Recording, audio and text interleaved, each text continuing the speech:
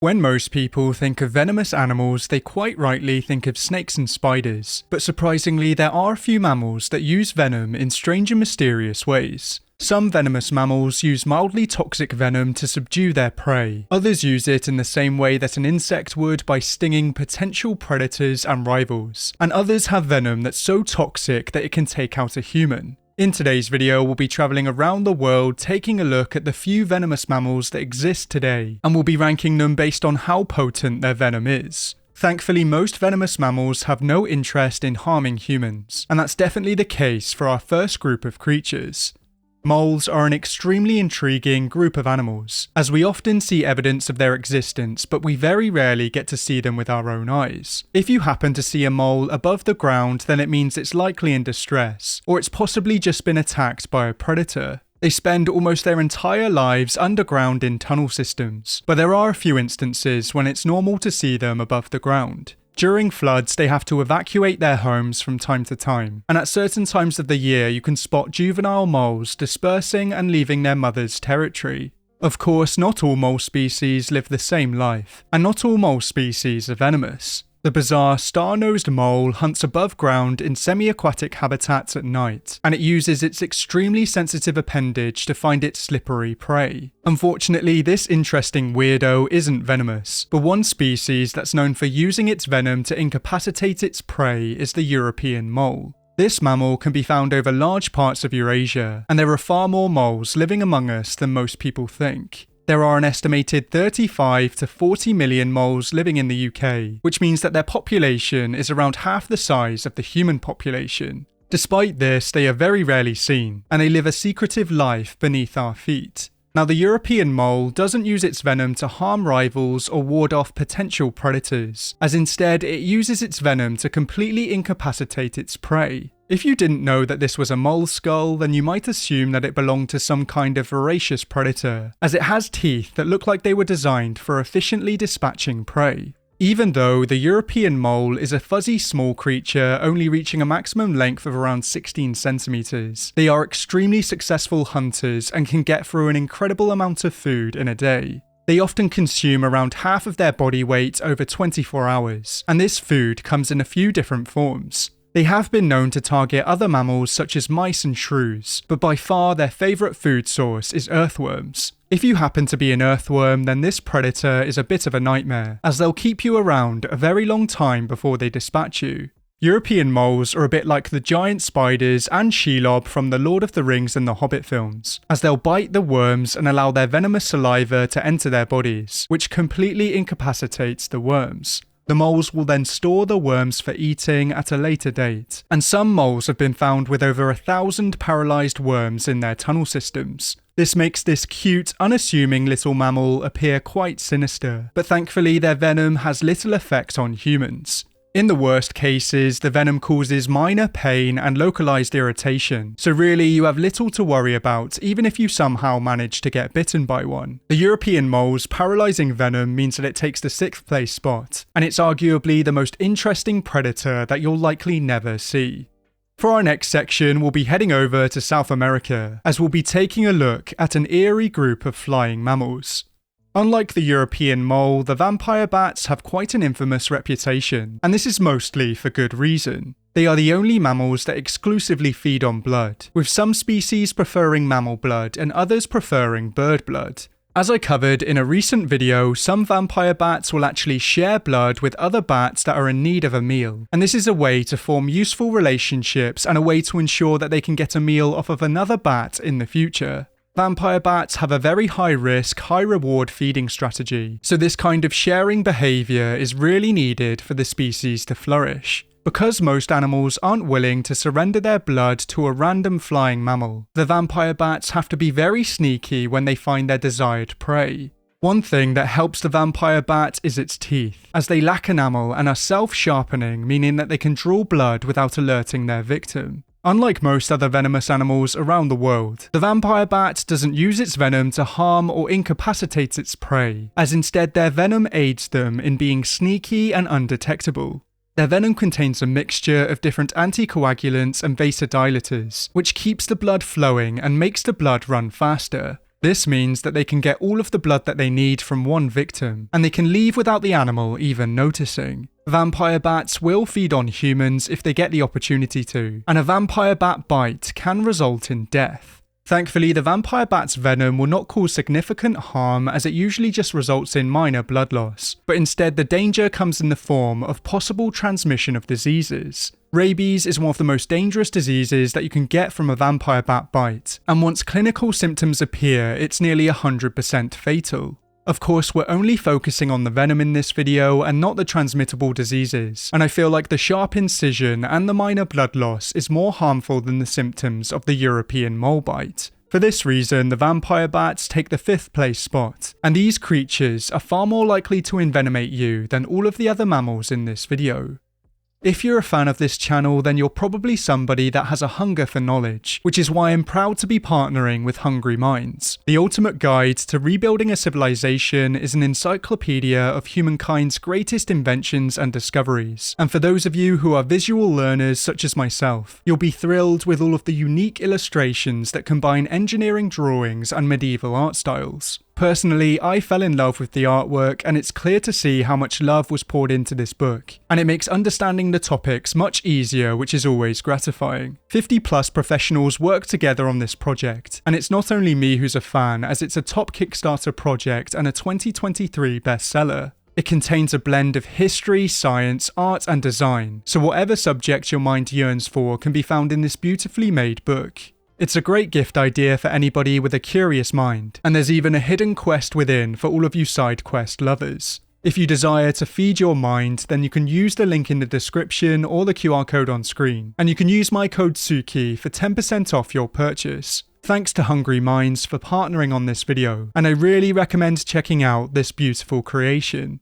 For our next group of venomous creatures, we can head to quite a few different destinations around the world, as there are a few different species in this group that are known for having venomous saliva. There are around 385 different species of shrew around the globe, and these animals are usually pretty far down the food chain. They often have to dodge predators in their day-to-day lives as they feed on invertebrates, with even some of the largest shrews failing to reach weights of over a few hundred grams. As the European mole has taught us, you don't have to be large to be a voracious predator, and some shrew species use venom as a weapon to help them subdue their prey. The Eurasian water shrew is unsurprisingly found over large parts of Eurasia, and it's one of the shrew species that's been confirmed to have venomous saliva. They are very rarely found far away from freshwater sources, as they primarily feed on aquatic larvae, crustaceans, fish, and even amphibians. As the Eurasian water shrew only reaches around 10 centimeters long, these prey items can be quite the handful, which is why they use their venom to help them dispatch them. Their venom acts as a potent paralytic and metabolic toxin, which immobilizes their prey and allows the shrews to store them for consumption at a later date. This is very similar to how the European moles use their venom, but instead of focusing on worms, the Eurasian water shrew can tackle much larger prey. With their potent venom, they can tackle animals that are 60 times their own body weight, but there is another shrew that has more potent venom. The northern short-tailed shrew is the largest member of its genus, reaching a length of around 14 centimeters, and it lives a very similar life to the aforementioned European mole. The majority of its diet is made up of worms, snails, and even other mammals such as voles and shrews, and it can eat up to 3 times its body weight in food each day. The northern short-tailed shrew has venom that's toxic enough to kill small animals and paralyze others, and the toxin is very similar in structure to the Mexican beaded lizard's venom. Fortunately, if you are bitten by one of these mini predators, then you aren't going to die, but it can cause pain, swelling, and a burning sensation that can last for days. Their nasty bite is usually enough to convince predators to leave them alone, and it means that they slot in at number 4.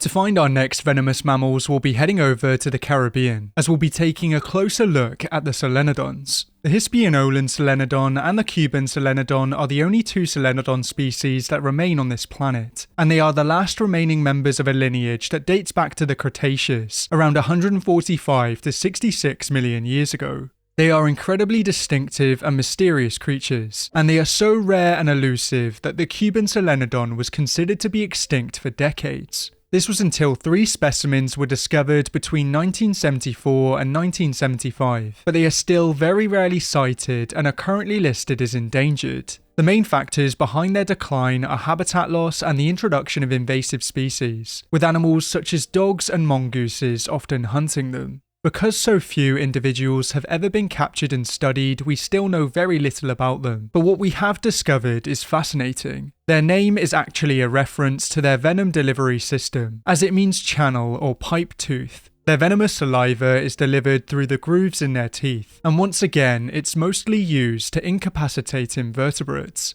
Sometimes they will go after larger prey such as amphibians and reptiles, and if you choose to pick one up and study it, then you risk getting a very painful bite. Most of the people who get bitten by these mammals are actually the people that are trying to save them from extinction, and the effects of their venom have been described as similar to that of a snakebite. It causes intense, prolonged pain and localized swelling, and the effects can last for several days. So thankfully, unless you're a small creature, a bite isn't going to kill you, but the Solenodons' venom is potent enough for the 3rd place spot.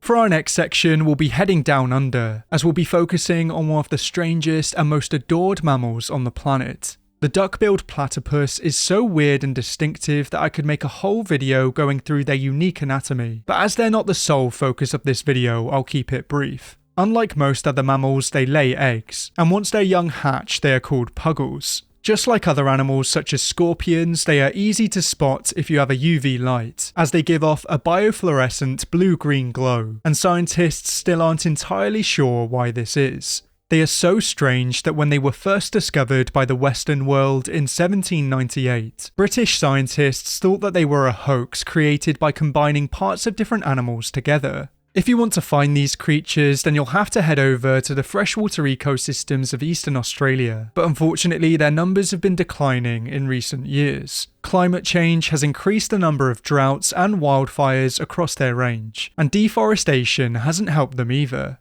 When they do find themselves in a healthy ecosystem, they are pretty impressive predators, using electroreception to hunt for invertebrates on the riverbed. Unlike all of the other previous mammals, they don't bite their prey to deliver their venom, as instead the males use their venom to fight other platypuses. Male platypuses have a hollow spur on each hind leg, and this spur is connected to a venom-secreting gland.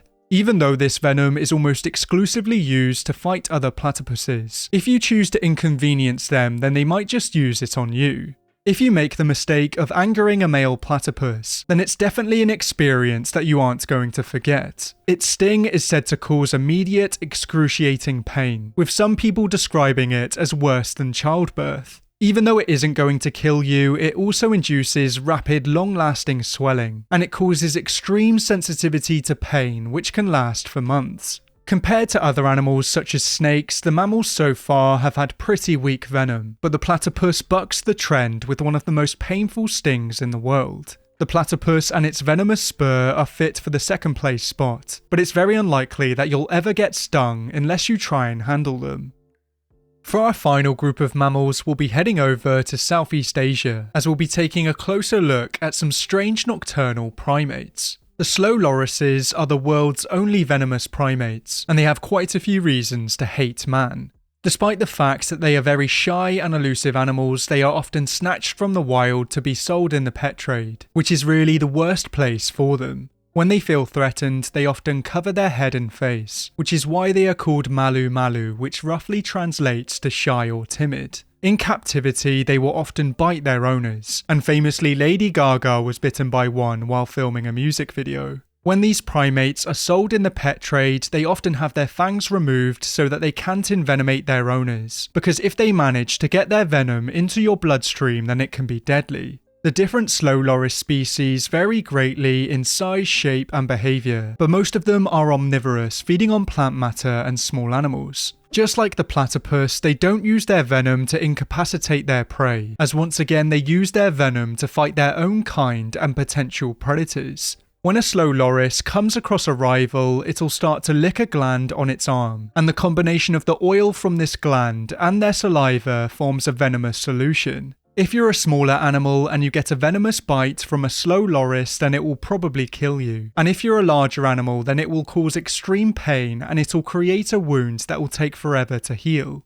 The venom actually causes tissue necrosis, which is the reason behind the long-lasting wound. And in some very rare cases, if you get bitten, then it can cause anaphylactic shock, which can result in death without immediate medical attention. If this wasn't bad enough, the long-lasting wounds are prone to getting infected, and if you are unable to get medical attention in time, then you can lose limbs. These shy and timid primates just want to be left alone, and if you choose to ignore their warnings, then it could be the last thing that you ever do. The slow Lorises' extremely potent venom means that they take the top place spot, and it's always best to appreciate them from a distance.